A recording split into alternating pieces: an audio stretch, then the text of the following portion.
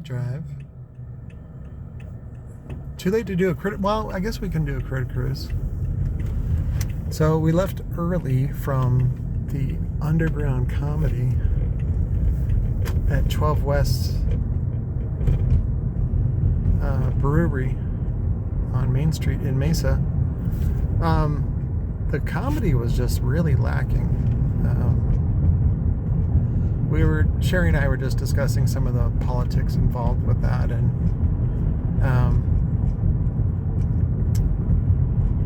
I don't want to get butthurt with you guys here, but well, it's just in general, like as a consumer, it was quite disappointing. So, got the popo. See if he gives me a hard time for filming my driving. But no, I just a few things just were annoying. Josh Graves is not a great comedian, but he's on every show, and that's of course because Mark is the promoter. Mark is not that great, but Mark is up hosting because he's promoting the show. He promoted the show, so he gets stage time. Oh, another popo. So, but I don't know. It was just like a lot of yelling and a lot of pandering and nothing. Nobody talked about anything sort of moving or heartfelt or things that people can really relate to. All I could think about was how Dave Chappelle can just sit there and talk story, and it's fascinating and captivating, and nobody in this group of comedians seems to understand that. It's always like they're working at some sort of bachelor party or something, some sort of weird, like drunken brawl or something is what they're looking for. I don't know. I'm not a fan of that. And what I find funny is that all or most of those comedians don't like me. And I was asking Sherry the other day because it just sort of sits with me, because if you ever perform and you say sometimes it's the crowd, sometimes it's the joke, and it's important to be objective and look at it from, say, a third person perspective and really decide like what went wrong here, what can I do better, what can I do to improve the situation,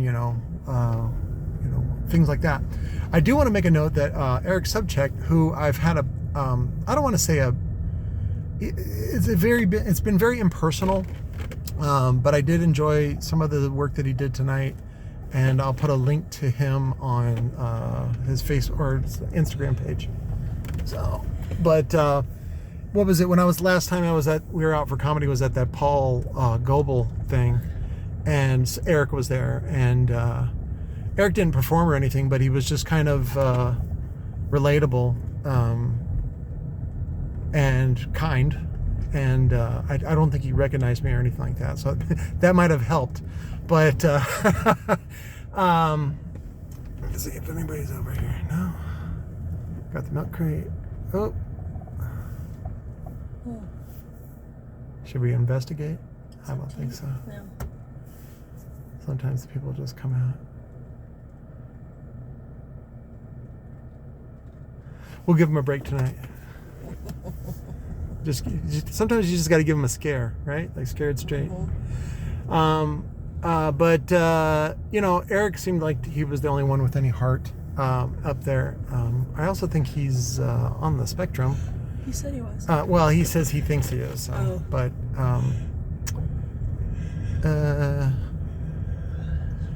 it's I don't know. It's just kind of. I think a lot of people are actually on the spectrum. I think I talked to Josh the other night. Well, when we were chatting with them at their apartment, and he sort of looked at me and he's like, "You're on the spectrum," and I was like, "Maybe." And I was like, I think I said the same thing about him. So I think everyone is a little bit retarded, but it's fine. It's not really that big a deal. But anyways, I did that little short clip to promote it because I always want to be positive. And one of the things that I did notice from comedy was most of the comedians are self-deprecating and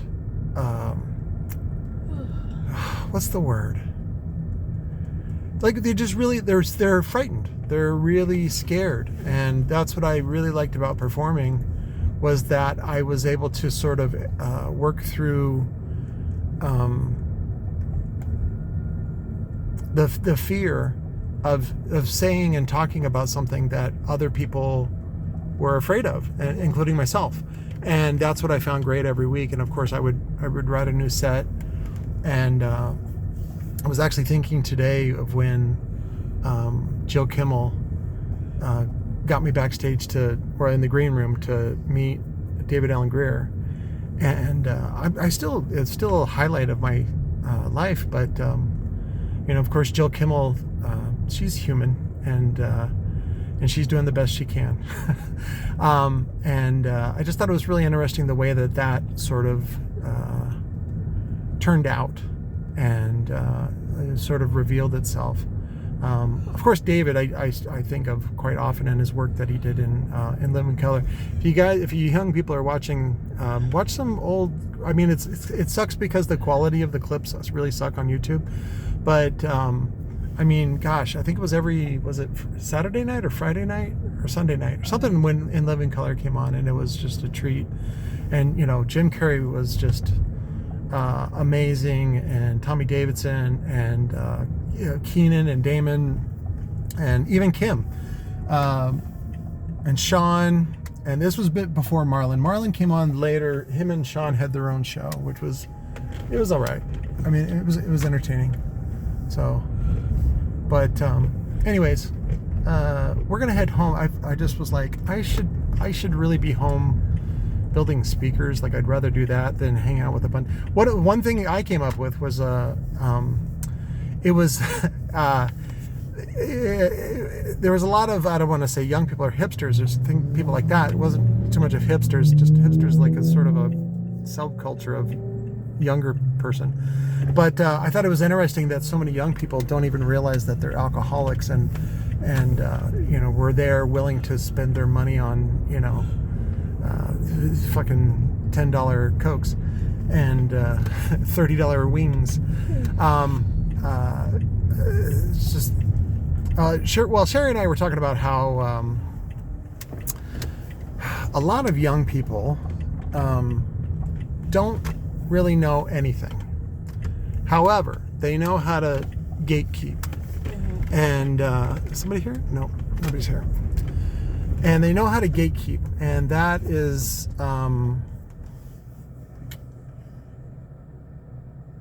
what's the word? It's not very fair, and it's not very just, and it's actually very immature. Because what it really comes down to is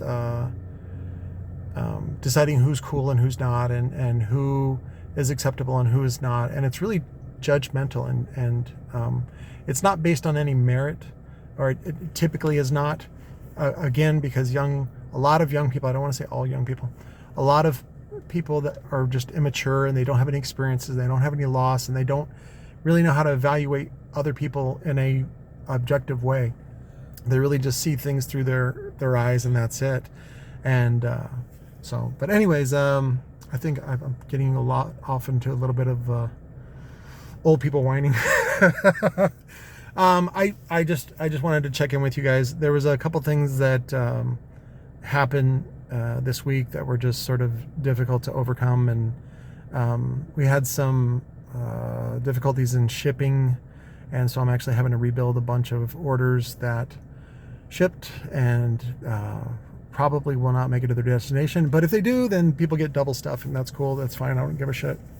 I really just want to get to a point in my career, or at least in my living situation, where I don't even have to focus this hard anymore, and just sort of relax a little bit. And so that's what I'm hoping to do with Chrissy, and maybe some subletting and things like that. But I did want to touch real quick on what was it? Kevin. That guy, Kevin. I found out his name's not even Kevin. Kevin was the guy that I hand delivered and drove all the way out to Peoria or wherever the fuck he is, way out in West Valley. And one of the sets of component speakers that I delivered to him was used and had a broken, cracked tweeter case cup. And he demanded that I bring out a new one or whatever. And I think I've told you guys this before. So, but anyways, he's been harassing me, and I went down to get an injunction for harassment, and they were like, you got to have his last name. And I was like, fuck. And so I've been trying to goad him into giving me his full name. So I've been interacting with him again on the text. He's been just bombarding me with text, and I really just give him enough rope to, so he can do his job. And so he finally got really pissed off because I called him a pussy, and which of course I'm just fucking with him. I don't really give a shit about him. He's a what is it called, psychopath or whatever. Anyways, the guy's out of control, and there's nobody there to sort of get him back into line. And that's why I think it's important that the police pay him a visit. So, but he's been obsessed with some things I said on Facebook about 14-year-olds. So I gave him some ammo, which I thought would be useful for him. So I actually said it in text that I had sex with a 13-year-old, and which of course when I told Chrissy and Sherry, they both rolled their eyes and they go, "Oh my God, I can't believe you said that." And I go, "Well, technically it's true." And I think she was 13. She was in the 7th grade, but she had like really big D cups or G cups. They were huge. And but what's funny though, of course, I think about Bill Burr talking about, because we just watched one of his specials, the one that he does with all the other comedians. I think Only Killers. I think it's on Netflix. And and I was reminded about one of the things he talks about is, he says, when no means no. He goes, it doesn't always mean no. And he imitates a girl where she's like, no, stop, no, quit it. And of course, when you read it back as a transcript in the courts, she said, no, Your Honor. She said, no, stop, quit it. It's a bad read. And so it's important to have context about that. So the context about the statement that Patrick Chandler, had sex with a 13-year-old is true. The context is that it was in 1988 when I was 14. So, but this guy was really obsessed about trying to make me some sort of horrible, terrible guy because I didn't want to put up with his abuse about a tweeter cup. And then somebody else sent me a bag of poop. And there's actually, that was one of the videos that I told you I was going to post. I ended up not posting it because I got to upgrade my fucking OS in order to get the free Windows Movie Maker or whatever software. And I was like, that's a whole hassle. But anyways, there's a website that is dedicated to shipping out poop on behalf of other people so that they remain anonymous. And so in the video, I basically talk about that. It's not that I care. I thought it was entertaining. I thought it was funny. The problem is that Sherry, I don't even open up my own mail anymore. So I don't have time. There's packages just sitting on in a shipping area that just wait for me to have attention, and I don't have time for them. Anyways, Sherry's the one that opened up the package, and her health is not great. She ended up having a panic attack, ended up going to the hospital, and I mean, she's okay, she's fine, but it was like, people don't understand. Just because you're mad doesn't mean that that's an appropriate way to take it out on me. Like, be a man, like, be a grown up and talk to me or negotiate something. Jesus Christ. Don't just sit there and throw a tantrum in the middle of the fucking store. Like, don't be a piece of shit.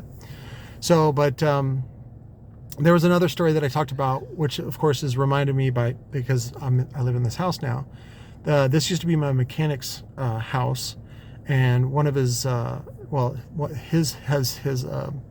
was Bob Beatty and his apprentice Mikey Jones.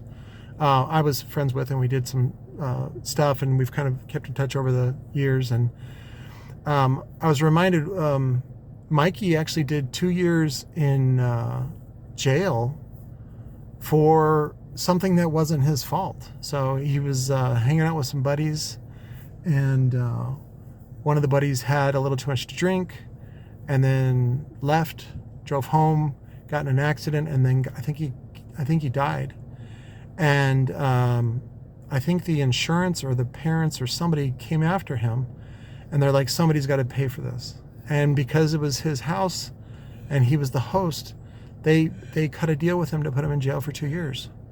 Oh, it was like a horrible thing. And of course, Mikey's got the greatest attitude, and it was funny when I remember I called him and talked to him about how Beth had screwed me out of the house. And he goes, she got you, didn't he? And I was like, yeah, she did. And he goes, she does that to everybody. I was like, oh my God, what the fuck? So, but Mikey, he's a great guy, and I'll point you to his Instagram. I'll put a link in the description, and you guys can check him out. Nothing exciting, but he's just a really good guy, and I like the work that he does. I'll let you figure out what he does. And I don't know. One of the things that I came back home with that I think differentiates me from my community of comedians and other entertainers and just people that my intentions are much different than a lot of the comedians. I want to help people. I want to love everyone. I want to make the world better, and I want to heal not only my own wounds but help other people heal. And you can do that through comedy. I still believe in comedy, and if you look at the work, it's not all of it, but there's a lot of great comedians on Netflix, and that's one of the reasons why I don't want to say gatekeeping is good at all, because it's super shitty in my neighborhood, but it doesn't bother me in that way. I know that there are other paths and there are other things that I want to do, and I'm not deterred at all. I'm highly determined and focused. I will do this, and I will make things happen, and I would love to bring you guys on for the ride. And so, but I need to get some rest. It's 10 o'clock, which is late for me. I'll probably be up at 5 tomorrow, and I got a bunch of videos to do. We got a bunch of stuff from Recoil that they just got in that they're not going to post on Amazon, and they're just on the website, and I want to do reviews and post them. So, because Larry, I don't always agree with his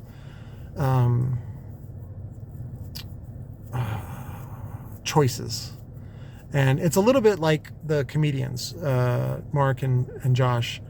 I always say, well, what do I know? Because I'm not in charge of those things. So, but I'm trying to make amends with Larry, and he's just trying to survive like anybody else. And so I do my best not to take things personal. And when I talked to his brother and his friend Brian and back in the warehouse, we ended up unloading a container the other day, and it was just good bonding, and they always liked working with me because I'm nice. And I'm helpful, and I'm kind. And the guy that I basically replaced was not. He was mean and yelling and neurotic and very intense. And so I'm not like that at all. I try to, again, get everybody to cooperate and things like that. And as you see on this channel, sometimes I run into people that want to boss me and want to, somehow, I don't know, make me out to do something that I'm not. So like this guy, Kevin. Oh, that was the other thing. Yes. I'm going to file a complaint. So, but I'm going to assume that he's not Kevin, because he said something about that is not his name. And, but the house is registered to some Monica Gillison, I think is the name. And so I'm going to assume that he's Monica, and that he's mad because I've been getting his pronouns wrong. So, but anyways, we'll do a follow-up with that, and I hope you guys are enjoying the light show. I think everything's under the porch. I ended up picking up, and again, thank you to Recoil for fronting them to me. I have 34 dual 12-inch vented enclosures that require assembly. And if anybody wants one for cheap, because right now they're kind of expensive on Amazon. Not that I'm willing to ship them unless you buy a pallet worth, but locally, you can pick one up from me, either assembled or unassembled, and for, again, below market cost. What was it? The other thing is OfferUp is still got me on a soft ban. I don't know if it's like a 30-day ban or 60-day ban for saying jizz llama, whatever. They don't like the term jizz, so, which is, I think is, sad and ironic, because we all came from a dirty cream pie that our dads jizzed in our mothers and made us. So, but you were the sperm that made it. You were the one that got pooped out of your mom, and your mom loved you and raised you, and you're the one that found me on the internet and are tuned into this video. And I love you and I appreciate you. I'm going to do a review in turds, basically people that are shitheads that that are basically possible candidates for the poop meister, the poop burglar, the poop whatever bandit that sent me some poop in the mail. I was actually complimented because I was like, oh man, only the best get this kind of treatment.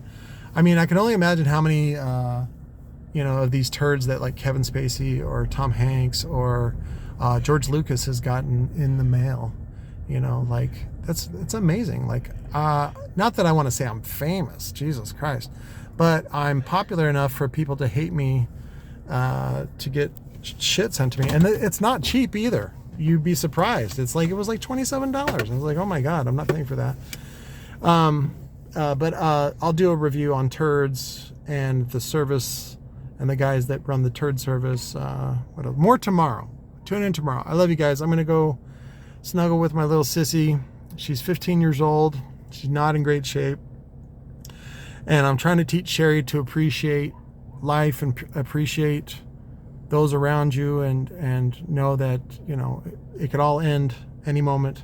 And it's important to be grateful and just, I want to spend my last moments with her, loving her, not being annoyed or hating her or anything like that. You end up with resentment and grudges and all kinds of garbage feelings, shame and stuff like that you don't want.